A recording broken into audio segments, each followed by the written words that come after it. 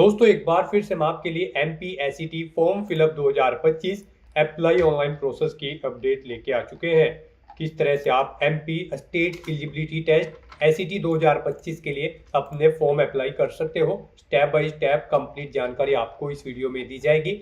Online आवेदन करने का आपके पास अंतिम मौका है, कुछ ही दिन शेष रह गए हैं। आप जल्द से जल्द अपना फॉर्म अप्लाई कर ले, कहीं मौका हाथ से छूट न जाए। अंतिम समय से पहले ही आपको अपना फॉर्म ध्यानपूर्वक अप्लाई कर लेना होगा।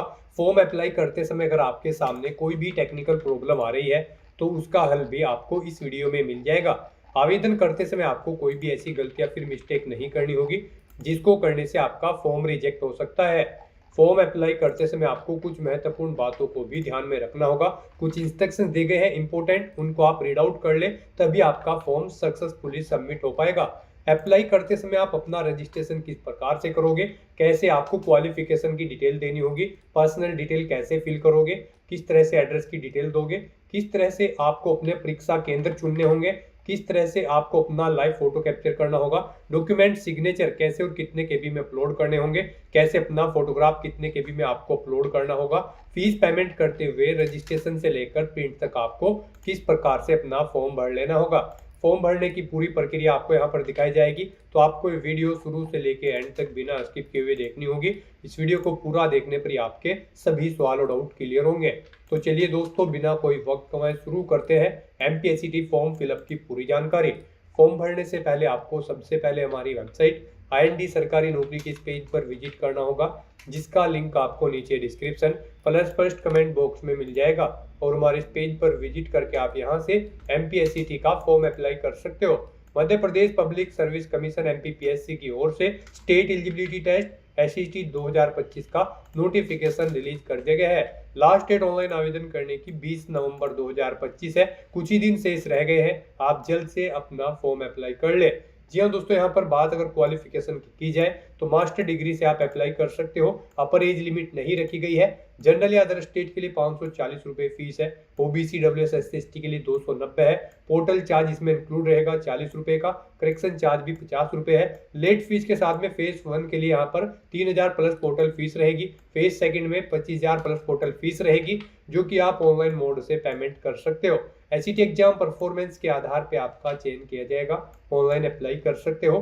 mponline.gov.in इसकी ऑफिशियल वेबसाइट है, जिससे आप फॉर्म अप्लाई कर सकते हो। इंपोर्टेंट लिंक सेक्शन के अंतर्गत ऑफिशियल नोटिफिकेशन PDF लिंक पर क्लिक करके आप इसकी PDF डाउनलोड कर सकते हो, जिसके अंतर्गत आपको आवेदन करने की डेट दे दी गई है, फॉर्म में करेक्शन करने की डेट दी गई है, परीक्षा शुल्क कैटेगरी वाइज यहाँ पर दिखाया गया है किस कैटेगरी को कितना फीस पेमेंट करना होगा, क्या आपकी न्यूनतम शैक्षणिक योग्यता रहेगी यानी कि क्वालिफिकेशन क्या रहेगी, क्या एज लिमिट रहेगी, एज में कितनी रिलैक्सेशन दी जा रही है, परीक्षा की योजना क्या रहेगी, इसमें पैटर्न आपका क्या रहने वाला है, पैटर्न डिटेल में यहाँ पर दे दिया गया और सिलेबस भी आपको सब्जेक्ट वाइज यहाँ पर प्रोवाइड करा दिया गया है। तो आप पूरा सिलेबस भी यहाँ से रीड आउट कर सकते हो। तो यहाँ पर कंप्लीट प्रोसेस आपको फॉर्म अप्लाई करने का भी दिखाया गया है कि किस प्रकार से आपको अपने डॉक्यूमेंट्स अपलोड करने होंगे, फोटोग्राफ अपलोड करने होंगे। पूरी गाइडलाइंस आपको हिंदी में दे दी गई है। तो फॉर्म अप्लाई करने से पहले आपके नोटिफिकेशन की PDF पूरी रीड आउट करना अनिवार्य है। इसको पूरा पढ़ने से आपके सभी सवाल और डाउट क्लियर होंगे। ये PDF रीड आउट करने के बाद में आपको अप्लाई ऑनलाइन के इस लिंक पर क्लिक करना होगा, तो आपके सामने ऑनलाइन आवेदन करने का ये ऑफिशियल पोर्टल ओपन हो जाएगा। गाइस, यहाँ पर आपको इस टेस्ट में पार्टिसिपेट करने से पहले कुछ जनरल इंस्ट्रक्शंस दिए गए हैं। आपको इन्हें केयरफुली रीड करना है, इस चेकबॉक्स को ओके करना है और यहाँ पर आपको मध्य प्रदेश राज्य पात्रता परीक्षा सेट 2025 के इस लिंक पर क्लिक करके इसके नोटिफिकेशन को वॉच आउट कर लेना है, चेकआउट कर लेना है। फिर आपको इस पेज को नीचे स्क्रॉल डाउन करना है और फिर गाइज आपको यहाँ पर आई एक्सेप्ट के इस ऑप्शन पर क्लिक करना है। फिर आपके सामने यहाँ पर आपका स्टेट एलिजिबिलिटी टेस्ट SCT 2025 का फॉर्म स्टार्ट हो जाएगा। अब यहाँ पर आपको अपनी डिटेल्स प्रोवाइड कराते हुए फॉर्म अप्लाई करना है। सबसे पहले यहाँ पर आपको राज्य पात्रता परीक्षा हेतु एक ऐच्छिक विषय चुनना है। जिस विषय के लिए आप इस टेस्ट में पार्टिसिपेट होना चाहते हैं, करना चाहते हैं, तो यहाँ पर आप अपना विषय सेलेक्ट करें। उसके बाद यहाँ पर स्नातकोत्तर स्तर का विषय चुने। यहाँ पर आप दोबारा से अपना ये सब्जेक्ट सेलेक्ट कर लें। फिर यहाँ पर आपसे पूछा गया कि क्या आपने आवेदन तिथि से पूर्व UGC net, CSIR net, Madhya Pradesh SLET या फिर SET पात्रता परीक्षा में संबंधित प्रमाण पत्र प्राप्त कर लिया है। अगर कर लिया है तो फिर आप एलिजिबल नहीं होंगे इस टेस्ट में पार्टिसिपेट करने के लिए। तो यहाँ पर आपको नो ऑप्शन सेलेक्ट करना है। यहाँ पर जिन कैंडिडेट ने इन एग्जाम में पार्टिसिपेट किया होगा तो फिर उन्हें यहाँ पर उनके प्रवेश पत्र जारी नहीं किए जाएंगे। तो यहाँ पर आपको नो ऑप्शन सेलेक्ट करना है। उसके बाद यहाँ पर आपको अपनी न्यूनतम शैक्षणिक योग्यता प्रोवाइड करानी है। यहाँ पर आपसे पूछा गया कि क्या आपने संबंधित विषय में स्नातक यानी कि पोस्ट ग्रेजुएशन कंप्लीट कर ली है या फिर आप उसमें यहाँ पर एपियर्ड है लास्ट ईयर में। आप अपने अकॉर्डिंग ऑप्शन सेलेक्ट करें। अगर आपने कंप्लीट कर ली है तो फिर आपसे पूछा गया है कि क्या आपने यहाँ पर पीएचडी की उपाधि ले रखी है, यानी कि आपने पीएचडी भी कर रखी है। अगर कर रखी है तो आप यस करें। और फिर यहाँ पर आपकी पीएचडी की जो परीक्षा है वो 19 सितंबर 1991 तक पूर्ण हो जानी अनिवार्य होगी। नहीं कर रखी है तो आप नो ऑप्शन सेलेक्ट करेंगे। फिर यहाँ पर आपको अपनी पर्सनल डिटेल प्रोवाइड करनी है अपनी 10वीं की मार्कशीट के अकॉर्डिंग। यहाँ पर गाइज आपको अपना फर्स्ट नेम एंटर करना है, फिर आपको अपना मिडिल नेम एंटर करना है। उसके बाद यहाँ पर आपको अपना सर नेम यानी कि लास्ट नेम एंटर कर देना है। फिर आपको अपना जेंडर सेलेक्ट करना है। उसके बाद गाइज यहाँ पर आपको अपनी जन्म तिथि सेलेक्ट कर लेनी है इस कैलेंडर में से। फिर आपको अपने पिता का नाम एंटर करना है, माता का नाम यहाँ पर आपको एंटर करना है। उसके बाद यहाँ पर आपको अपनी मैरिटल स्टेटस की डिटेल प्रोवाइड करनी है, यानी कि आपको अपने विवाह से संबंधित डिटेल्स यहाँ पर देनी होंगी। यहाँ पर आपसे पूछा गया है कि क्या आप विवाहित हैं। अगर हैं तो आप यस करेंगे। पति या पत्नी का नाम देंगे, जीवित बच्चों की संख्या बताएंगे। यहाँ पर फिर अंतिम बच्चे की जन्म तिथि आप एंटर करेंगे। और अगर आप यहाँ पर अविवाहित हैं तो आप नो ऑप्शन सेलेक्ट करेंगे। फिर आपको ये डिटेल्स नहीं प्रोवाइड करनी होंगी। फिर यहाँ पर आपसे पूछा गया है कि क्या आप मध्य प्रदेश के मूल निवासी हैं। अगर हैं तो आप यस करें, अपनी कैटेगरी यहाँ पर सेलेक्ट करें। उसके बाद आपसे पूछा गया कि क्या आप क्रीमी लेयर के अंतर्गत आते हैं। अगर आते हैं तो यस करेंगे, नहीं तो नो ऑप्शन सेलेक्ट करेंगे। फिर यहाँ पर गाइज आपको अपनी दिव्यांगता की डिटेल प्रोवाइड करनी है। क्या आप दिव्यांग कैंडिडेट हैं और आपकी डिसेबिलिटी 40% से अबव है। अगर है तो आप यस करेंगे। और फिर यहाँ पर आपसे पूछा गया कि क्या आपको दिव्यांगता प्रमाण पत्र यहाँ पर सक्षम पदाधिकारी जिला चिकित्सा मंडल द्वारा जारी किया गया है। अगर किया गया है तो यस करेंगे, नहीं तो नो ऑप्शन सेलेक्ट करेंगे। अगर यस ऑप्शन आप सेलेक्ट करते हैं तो फिर आपको अपनी दिव्यांगता का प्रकार देना होगा, दिव्यांगता का प्रतिशत देना होगा, दिव्यांगता प्रमाण पत्र का क्रमांक देना होगा, कब जारी हुआ है वो डेट आपको सेलेक्ट करनी होगी। इस तरह से यहाँ पर आपको डिटेल देनी होगी। यहाँ पर आपसे पूछा गया कि क्या आपकी दिव्यांगता परमानेंट है या फिर टेम्परेरी, इनकी डिटेल आपको देनी होगी। और अगर आप यहाँ पर दिव्यांग कैंडिडेट नहीं है तो आप सिंपली नो ऑप्शन सेलेक्ट करेंगे। फिर आपको ये डिटेल प्रोवाइड नहीं करानी है, ये डिसेबल्ड कर दी जाएगी। फिर आपसे पूछा गया है कि क्या आप यहाँ पर सेवा से पृथक करने के दंड से दंडित किया गया है। आपको कभी किसी सेवा से पृथक करने के दंड से दंडित किया गया है। अगर किया गया है तो आप यस करेंगे, नहीं तो नो ऑप्शन सेलेक्ट करेंगे। क्या आपके खिलाफ कोई आपराधिक प्रकरण लंबित है। अगर है तो यस करें, नहीं तो नो ऑप्शन सेलेक्ट करें। फिर यहाँ पर आपसे पूछा गया कि क्या आपको कभी किसी आयोग की परीक्षा में बैठने से वंचित किया गया है। अगर किया गया है तो यस करेंगे, फिर आप एलिजिबल नहीं होंगे। और फिर नहीं किया गया है तो आप नो ऑप्शन सेलेक्ट कर लेंगे। फिर यहाँ पर आपको अपनी एग्जाम सिटी सेलेक्ट करनी है। यहाँ पर आपको 4 ऑप्शन दिए गए हैं। आप अपने 4 एग्जाम सेंटर यहाँ पर सेलेक्ट करें। 1 बाय 1 करके आपको अपने एग्जाम सेंटर यहाँ पर सेलेक्ट कर लेने हैं। फिर यहाँ पर आपको अपनी एजुकेशनल क्वालिफिकेशन की डिटेल प्रोवाइड करनी है।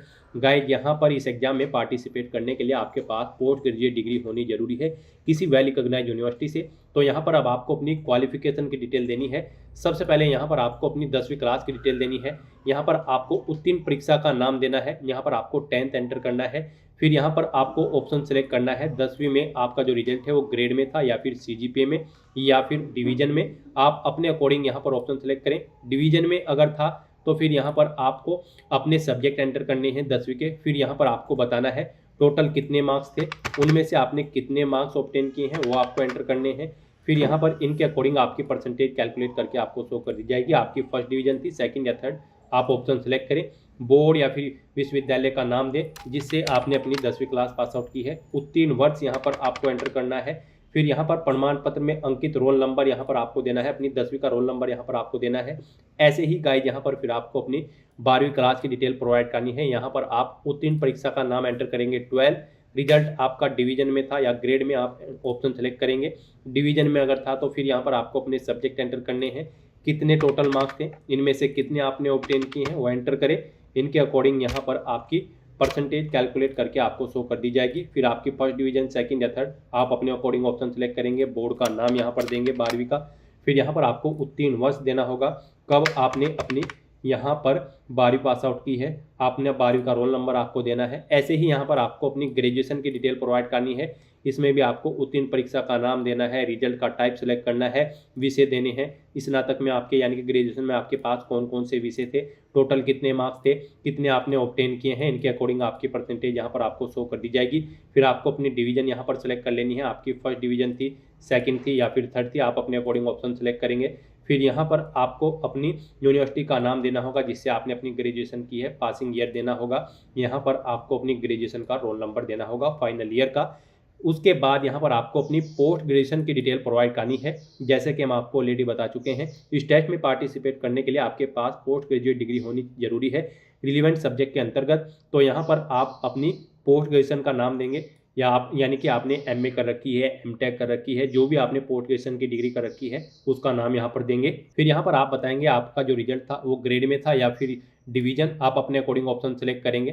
टोटल कितने मार्क्स थे यहाँ पर वो आप एंटर करेंगे, इनमें से आपने कितने मार्क्स ऑब्टेन किए हैं वो यहाँ पर आप एंटर करेंगे। और उसके बाद यहाँ पर आपकी इन मार्क्स के अकॉर्डिंग परसेंटेज आपको कैलकुलेट करके शो कर दी जाएगी। उसके बाद आपको बताना है आपकी फर्स्ट डिवीजन थी या फिर सेकंड, फिर आपने किस यूनिवर्सिटी से अपनी पोस्ट ग्रेजुएशन की है वो यहाँ पर आप एंटर करेंगे। उसके बाद यहाँ पर आपको उत्तीर्ण वर्ष देना है, फिर यहाँ पर आपको अपना पोस्ट ग्रेजुएशन का रोल नंबर एंटर कर देना है। इस तरह से यहाँ पर आपको अपनी एजुकेशनल क्वालिफिकेशन की डिटेल प्रोवाइड कर देनी है। उसके बाद यहाँ पर आपको अपने एड्रेस की डिटेल देनी है, यहाँ पर आप अपना वर्तमान पता एंटर करेंगे। उसके बाद यहाँ पर आप अपना स्थायी पता एंटर करेंगे। और गाइज अगर आपका स्थायी पता आपके वर्तमान पते के अकॉर्डिंग सेम है तो यहाँ पर आप इस चेकबॉक्स को ओके कर देंगे, ऑटोमेटिकली आपका स्थायी पता आपके वर्तमान पते के अकॉर्डिंग यहाँ पर फिल हो जाएगा। फिर यहाँ पर आपको अपना फ़ोटो और सिग्नेचर अपलोड करने हैं। यहाँ पर आपका जो फ़ोटो है वो आपका 20 KB से 100 KB के बीच में होना चाहिए, ये JPG फॉर्मेट में होना चाहिए। सिग्नेचर भी आपके JPG फॉर्मेट में होने चाहिए, 10 KB से 100 KB के बीच में आपके सिग्नेचर की फाइल का साइज होना चाहिए।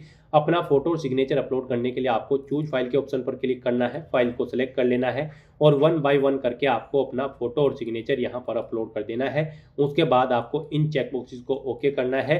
फिर यहाँ पर गाइड आपको अपना मोबाइल नंबर एंटर करना है, अपना ईमेल एड्रेस आपको एंटर करना है। आपका मोबाइल नंबर और email address active and valid होना चाहिए। उसके बाद फिर आपको इस पेज को नीचे स्क्रॉल डाउन करना है, घोषणा पत्र के सेक्शन में आना है, इस चेकबॉक्स को ओके करना है। इस वेरिफिकेशन कोड का आंसर आपको यहाँ पर प्रोवाइड कराना है और उसके बाद फिर आपको यहाँ पर नेक्स्ट के इस ऑप्शन पर क्लिक कर देना है। फिर यहाँ पर आपको आपके एप्लीकेशन फॉर्म का पूरा प्रीव्यू शो कर दिया गया है। आपको सभी डिटेल्स केयरफुली चेकआउट करनी है, इसे नीचे स्क्रॉल डाउन करना है। आपको आपकी कैटेगरी के अकॉर्डिंग यहाँ पर एप्लीकेशन फीस का अमाउंट शो कर दिया जाएगा। अब गाइड यहाँ पर आपको अपना फीस पेमेंट करना है, उसके लिए यहाँ पर आपको अब प्रोसीड टू पेमेंट की स्टेप पर क्लिक करना है। फिर आपको फीस पेमेंट के इंटरफेस पर डायरेक्ट किया जाएगा।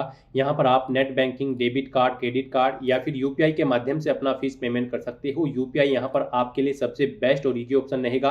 आप यूपीआई की स्टेप पर क्लिक करें, उसके बाद यहाँ पर आप पेटीएम या फिर पे GOV India, NDML for government of India कोई भी ऑप्शन पर क्लिक करें। फिर आपके सामने कुछ इस तरह से इंटरफेस होगा। अब यहाँ पर आपको सबमिट के ऑप्शन पर क्लिक करना है। फिर गाइस यहाँ पर आपको अपने यूपीआई से ये QR कोड स्कैन कर लेना है और अपना फीस पेमेंट कर देना है। सक्सेसफुली फीस पेमेंट करते ही यहाँ पर आपका एप्लीकेशन फॉर्म सबमिट हो जाएगा। उसके बाद आपको अपने फॉर्म का एक हार्ड कॉपी प्रिंट आउट ले लेना है फ्यूचर यूज के लिए, फ्यूचर रेफरेंस के लिए। तो दोस्तों ऐसे आप Madhya Pradesh state eligibility test 2025 के लिए अपने फॉर्म अप्लाई कर सकते हो बिना कोई मिस्टेक किए हुए। आज की इस वीडियो में बस इतना ही। आई होप ये वीडियो आपको पसंद आई होगी। अगर पसंद आई हो तो इसे लाइक और शेयर करें, चैनल पर नए हो तो इसे सब्सक्राइब कर लें। Thanks for watching.